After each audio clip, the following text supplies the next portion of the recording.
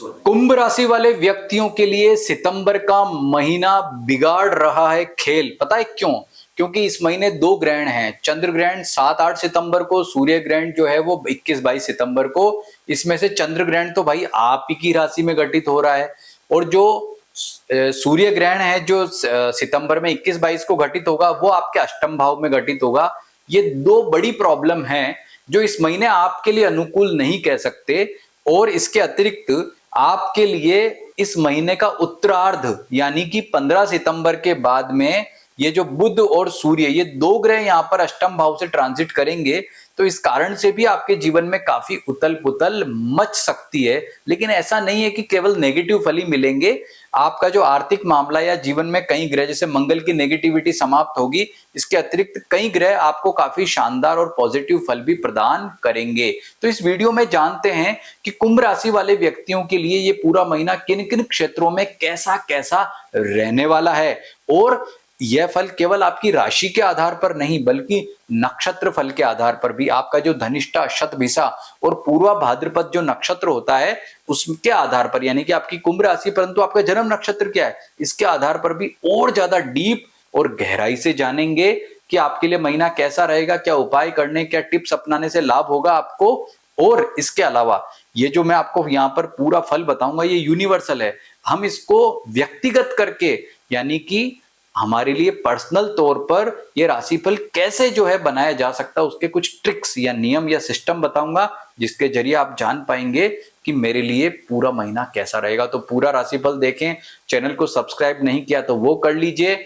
और अपना नक्षत्र, जन्म नक्षत्र पता करना चाहते हैं, जन्म राशि पता करना चाहते हैं तो जन्म तारीख, जन्म समय, जन्म स्थान या तो व्हाट्सएप पर लिखकर भेज दीजिए या फिर आप जो है कमेंट में लिख करके भेज दीजिए। तो अब सबसे शुरुआत करते हैं आपके हेल्थ के मामले से। और हेल्थ में देखते हैं कि आपका राहु लगन में चल रहा है, आपके खुद की राशि में चल रहा है और ग्रहण आ गया है आपके 7-8 तारीख को। तो भैया ग्रहण है तो क्या होगा? मानसिक दिक्कत और हेल्थ में समस्या।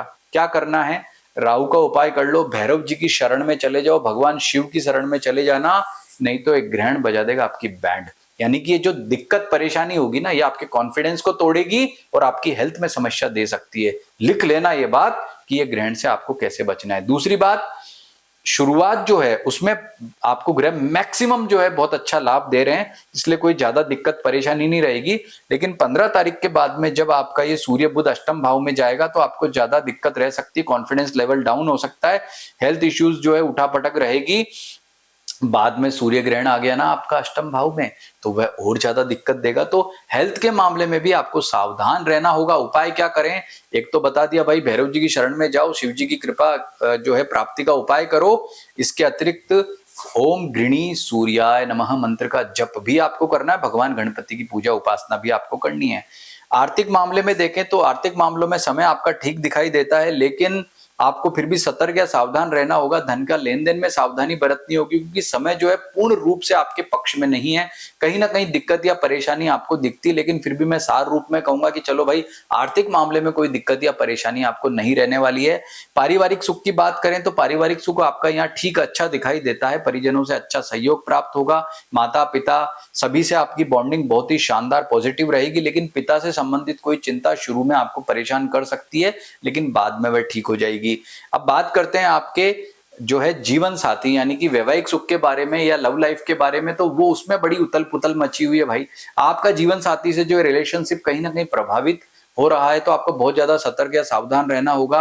उनकी तबियत को, स्वास्थ्य को लेकर के भी दिक्कत रह सकती है। यदि लिव इन में रहते हो तो पार्टनर के साथ में आपका जो बॉन्डिंग है कहीं ना कहीं डिस्टर्ब हो सकता है।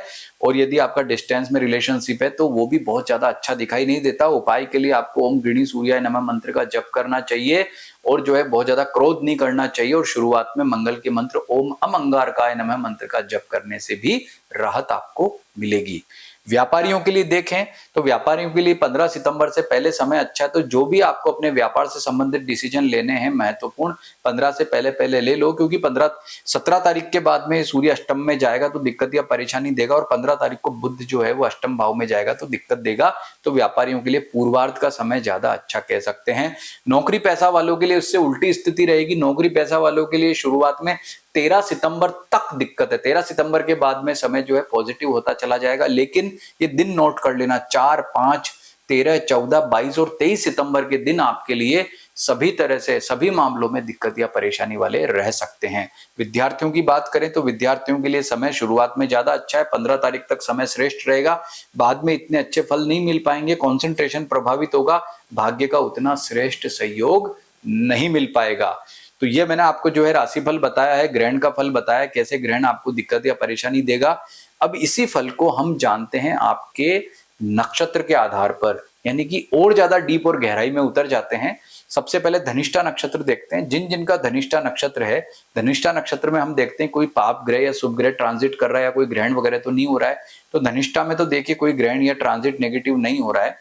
मृगशिरा नक्षत्र में हम चेक करते हैं तो मृगशिरा नक्षत्र में भी इस समय देखते हैं सूर्य ग्रह, मंगल या किसी भी ग्रह का ट्रांजिट यहाँ पर नहीं दिखाई दे रहा है।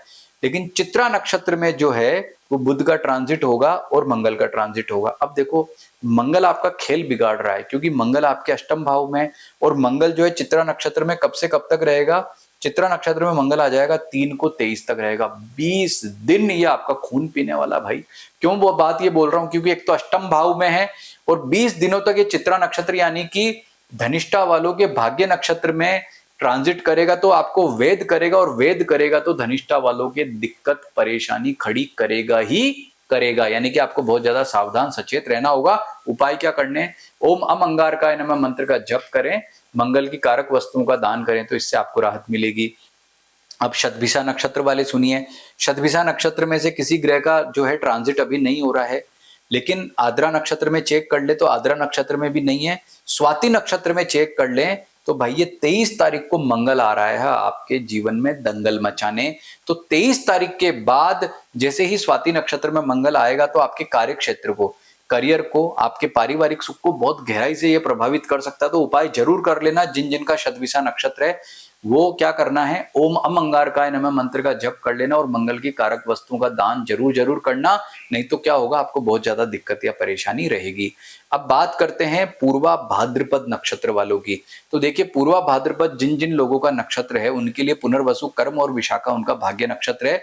तो पूर्वा भाद्रपद वालों की क्या दिक्कत है कि राहु आपके ही राशि से ट्रांजिट कर रहा है, और ये जो ग्रहण घटित हो रहा है ना चंद्रमा वाला, वो आपके घटित हो रहा है। तो भाई जिनका पूर्वा भाद्रपद नक्षत्र है ना उनको सबसे ज्यादा नेगेटिव फल है। और ये जो हेडिंग लिखी ना ग्रहण बिगाड़ रहे खेल, ये सबसे ज्यादा आप ही के ऊपर जो है लागू होने वाली है। सतर्क हो जाना, सावधान हो जाना, बिल्कुल आपका सही समय नहीं है। तो ये तो दिक्कत आपको राहु से है, तो भैरव जी की शरण में चल जाना, ओम राम रावे नमः मंत्र का जप करना, भैरव जी से प्रार्थना करना कि मुझे कोई दिक्कत ना हो, उनके 108 नाम मंत्र का जप करना। और इस महीने तो शारदीय नवरात्र है, तो अच्छी खुशखबरी है कि उन दिनों में खूब पूजा करना। इसके अलावा इसके अतिरिक्त एक गुड न्यूज भी है कि राहु ने तो दंगल मचा दिया आपके, लेकिन पुनर्वसु नक्षत्र में बृहस्पति है। ये आपके लिए पॉजिटिव बात हो गई कि एक तरफ राहु आपको जहां दिक्कत परेशानी दे रहा है, दूसरी तरफ गुरु आपको जो है आपके घाव पर मरहम लगा रहा है। यानी कि गुरु आपको पॉजिटिविटी दे रहा है, इससे आपका आर्थिक पक्ष भी अच्छा रहेगा, और जो राहु नेगेटिविटी देगा वो गुरु उसको भरपाई कर देगा। तो ये पूर्वा भाद्रपद वालों के लिए अच्छी बात है। बाकी विशाखा नक्षत्र में आप देखेंगे तो विशाखा नक्षत्र से किसी ग्रह का ट्रांजिट नहीं हो रहा है। तो ये मैंने आपको नक्षत्र फल बताया, इसको भी आप नोट कर ले। अब आप देखें कि ये जो राशि फल है क्यों देखना चाहिए। देखो कुछ दिन ऐसे होते हैं जो हमारे लिए बहुत ज्यादा नेगेटिव होते हैं, उस दिन सब कुछ बुरा ही बुरा होता है। वो दिन आप नोट कर लो, 4, 5, 13, 14, 22, 23। इसके अलावा जो जो आपको मैंने जैसे जैसे फल बताए, जिन जिन क्षेत्रों के आधार पर बताए, वो नोट कर लो। और अब इसे पर्सनल कैसे बनाएं इस राशि फल को, तो ये समझो कि जैसे फॉर एग्जांपल यहां पर हम देखते हैं कि मंगल आपके अष्टम भाव से ट्रांजिट करेगा 13 सितंबर से पहले कन्या राशि में। अब मंगल किनके लिए ज्यादा नेगेटिव रहेगा, तो नोट करो कि भाई जिनका लग्न जो है वो वृषभ होगा, मिथुन होगा, या फिर कन्या होगा, तुला होगा, या फिर मकर होगा, कुंभ होगा। क्यों? क्योंकि उन सभी कुंडलियों में, लग्न कुंडलियों में जो है मंगल अकारक ग्रह होगा। यानी कि कारक और अकारक ग्रह के सिद्धांत पर आप ये डिसाइड करें कि आपके लिए ग्रह का फल कैसा रहने वाला है। जैसे फॉर एग्जांपल कोई आपका अकारक ग्रह है और जब वो नेगेटिव हाउस से ट्रांजिट करेगा तो आपको ज्यादा दिक्कत देगा, और कोई कारक ग्रह है और वह आपके लिए पॉजिटिव भाव से ट्रांजिट करेगा तो ज्यादा अच्छे फल प्रदान करेगा। जैसे गुरु आपका बहुत ही शानदार तरीके से पंचम भाव में अच्छा फल प्रदान कर रहा है, और अगर आपका लग्न मेष है या फिर आपका लग्न कर्क है, सिंह है, धनु है, मीन है, तो वो कारक ग्रह हुआ ना आपके लिए, तो वो पंचम भाव में ट्रांजिट करके आपको ज्यादा अच्छे फल प्रदान करेगा। यानी कि आपकी ज्यादा आर्थिक स्थिति अच्छी करेगा कुंभ राशि वालों की। तो एक तो ये सिद्धांत है। दूसरा, भिन्नाष्टक वर्ग, उसको कैसे समझें? जैसे गुरु अभी आपका मिथुन राशि से ट्रांजिट कर रहा है, तो अपनी कुंडली खोलें। हर व्यक्ति के लिए अलग अलग होता है भिन्नाष्टक वर्ग। अगर गुरु आपका मिथुन राशि में 5, 6 या 7 रेखाओं पर बैठा है तो ज्यादा धन लाभ देगा। यदि कम रेखाओं पे बैठा है, 1, 2, 3 पे, तो धन लाभ नहीं देगा। ऐसे ही मंगल अभी आपका नेगेटिव ट्रांजिट करेगा 13 सितंबर से पहले कन्या राशि में। अब उसका भिन्नाष्टक वर्ग चेक करो, यदि मंगल कम रेखाओं पे तो दिक्कत नहीं देगा, क्योंकि विपरीत जो है भाव से ट्रांजिट कर रहा है। लेकिन यही मंगल कन्या राशि में ज्यादा रेखाओं पे बैठा होगा तो आपको यहाँ ज्यादा दिक्कत देगा, ज्यादा परेशानी खड़ी करेगा। तो इस सिद्धांत को, दोनों सिद्धांतों को आपने समझ लिया ना, तो ये जो मैंने आपको राशिफल बताया ना कॉमन, इसे आप अपने व्यक्तिगत रूप से आप स्वयं पर अप्लाई कर पाएंगे और फिर देखना क्या चमत्कारिक और सटीक फल आपको मिलते हैं। एक बात और, यदि आप अपनी जन्म पत्रिका परामर्श चाहते हैं या आप ये जो मैंने अभी आपको सिद्धांत बताए इसके आधार पर सटीक जो है प्रेडिक्शन अपना गोचर फलों का जानना चाहते हैं आने वाले कई सालों का, तो इसके लिए आप हमें, हमारा ये जो संस्थान है नंबर आपको दिए इस पर संपर्क कर सकते हैं। लेकिन एक बात ध्यान रखना, हमारा कोई भी परामर्श निःशुल्क नहीं होता है। और यदि आप अपना जन्म नक्षत्र या जन्म राशि पता करना चाहते हैं वो निःशुल्क है। उसके लिए अपनी date of birth, time, place जो है हमें व्हाट्सएप कर दीजिए या फिर जो है हमें कमेंट में लिख दीजिए। लेकिन नीचे एक लाइन जरूर लिख देना कि मेरा जो है जन्म नक्षत्र, जन्म राशि बताएं। और इस महीने देखो पितृपक्ष आ रहा है, साल में एक बार आता है। पितरों की कृपा प्राप्त कीजिए, जो भी उनका श्राद्ध है पितृकर्म में खूब करिए और शारदीय नवरात्र में जो है देवी उपासना करके उनका आशीर्वाद भी प्राप्त करिए। और हम कामना करते हैं कि उन दोनों का ही परम आशीर्वाद मिले और आपका जीवन श्रेष्ठ हो। नमस्कार।